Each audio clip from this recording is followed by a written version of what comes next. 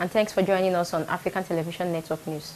I am Kafayat Ibrahim. Headlines: terrorist attacks, security agencies take over Lokoja, 5 dead, 17 rescued from Ikorodu boat mishap, Lagos State Governor. Hajj stampede, Nigerian death toll rises to 20. Trial of treasury looters begins soon, Buhari. NNPC not broke despite huge debt, Kachukwu. Ministerial list, Odige Oyegun summons emergency meeting. President Kenyatta, Kenya will lead fight for low-cost HIV medicine. Rwanda FDLR, rebels leader jailed in Germany. German president warns of limits to numbers of refugees.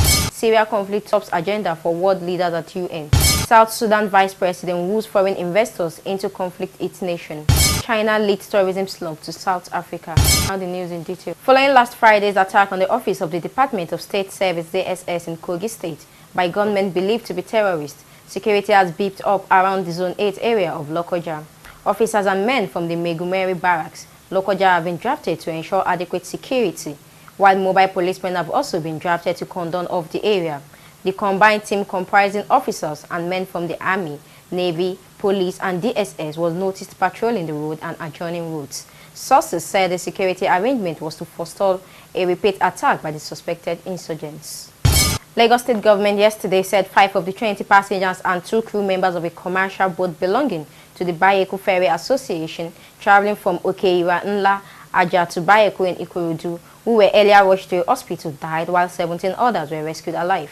This was disclosed by the Managing Director of Lagos State Waterways Authority, LASWA, Mrs. Abisola Kamsin. She said upon receiving the notification of the accident, the authorities' water guard were immediately deployed to the scene to assist in rescue efforts. The number of Nigerian pilgrims that lost their lives in the stampede at Medina, Saudi Arabia, last Thursday has risen to 20 from the initial 6. There were fears yesterday that the death toll may rise further as more states are still searching for their missing pilgrims. Taraba, Sokoto and Gombe states have announced the loss of some pilgrims from their states. Already to Justice of the Court of Appeal, Justice Abubakar Abdulkadir Jega, brother of former INEC chairman Professor Atahiru Jega, and Justice Musa Hassan Alekali, and frontline journalist and columnist Ajay Bilkisu Yusuf, among others, have been confirmed dead. President Muhammadu Buhari said yesterday in New York, United States of America, that the prosecution of those suspected to have looted in Nigeria Treasury will begin soon. President Buhari spoke at a meeting with China's President Xi Jinping on the sidelines of the 70th General Assembly of the United Nations. He recalled that he had to reorganize the corporation by appointing a new management, saying it was one first necessary step to take.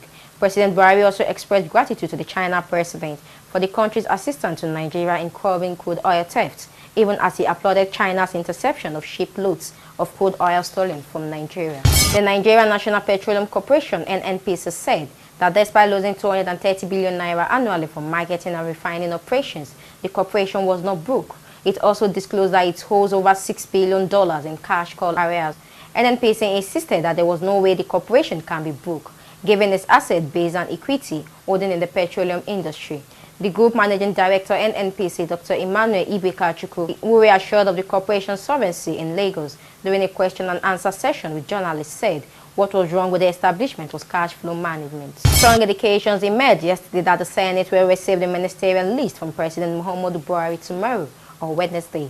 Ahead of the submission of the ministerial list by President Buhari, National Chairman of All Progressive Congress, APC, Chief John Odige Oyegun, has summoned an emergency meeting of the National Working Committee, NWC, for today.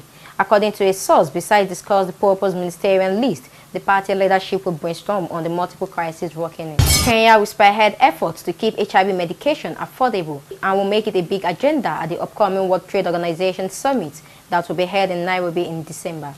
President Uhuru Kenyatta made the announcement when he chaired a high-level meeting on HIV and AIDS at the United Nations headquarters.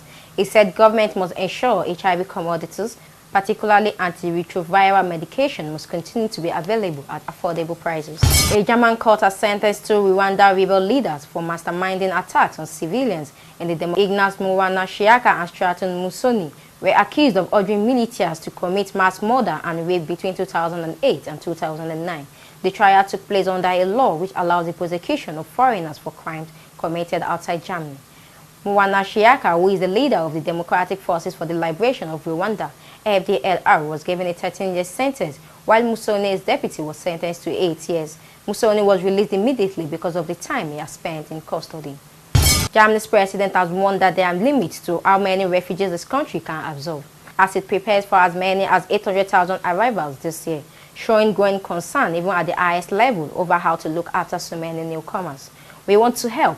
We have a big heart. However, there is a limit to what we can do, President Joachim Gauck, a former rights activist in communist East Germany, said in a speech on Sunday evening. Russian President Vladimir Putin is to hold rare talks with U.S. President Barack Obama to outline his proposals. The Russians are a key ally of Syrian President Bashar al-Assad.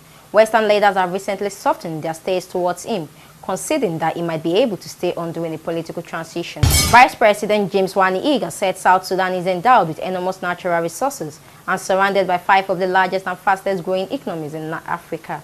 He, however, described the months of conflict that affected the young nation, saying political instability remains a major setback to South Sudan's post-war recovery efforts. China had the largest decrease of 28.4% from 5,823 tourists in June 2014 to 4,167 in June 2015.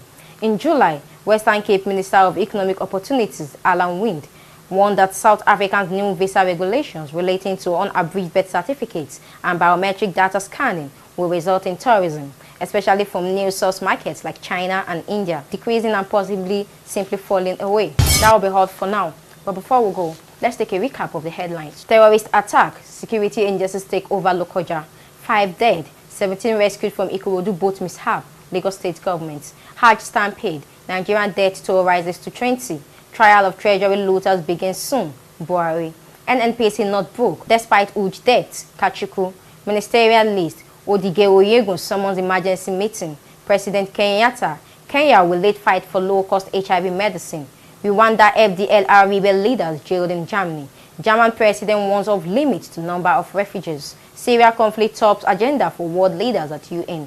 South Sudan VP woos foreign investors into conflict its nation. China leads tourism slump to South Africa. Thanks for joining us and bye for now.